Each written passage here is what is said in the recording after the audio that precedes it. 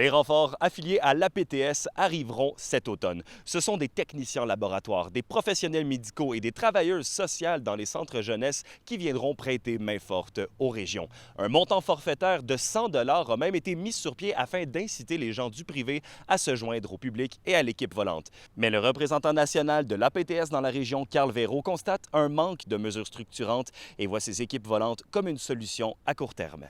On croit que ce qui a été négocié dans cette entente-là devra être éventuellement bonifié. Le pouls au niveau de la pénurie de main-d'œuvre, c'était de mettre des moyens attractifs pour que les gens viennent s'installer en Abitibi-Témiscamingue, ce qui n'est pas le cas avec une équipe volante comme celle-ci. Dans le fond, les gens vont venir, vont donner une prestation de service, vont recevoir un salaire, ils vont quitter la région, ils vont aller dépenser leur argent ailleurs.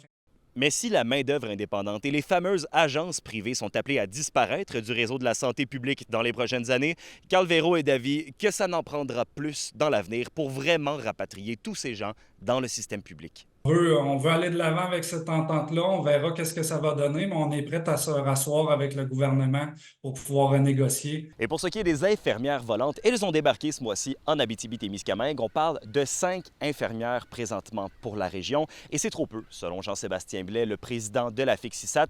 Pour lui, les attentes étaient beaucoup plus élevées. Il y a aussi le fait inquiétant que ce sont des gens qui débarquent dans la région de façon temporaire. On parle de 1 à 3 mois, tout dépendamment des cas. Quelqu'un qui viendrait passer un mois en région puis qui a 2 semaines de formation, finalement, ce sera 2 semaines uniquement un coup de main sur nos départements. Donc oui, ça vient déjà rajouter une pression supplémentaire à nos infirmières qui doivent former de la main-d'œuvre indépendante, qui doivent former des infirmières qui sont en prêt de service et maintenant qui devront former des équipes volantes aussi. Parce que nos 3 députés en région de la CAQ ont une dernière chance de faire bonne impression et puis d'aller nous chercher des incitatifs qui vont faire la différence et nous permettre de maintenir l'offre de service que les gens ont droit.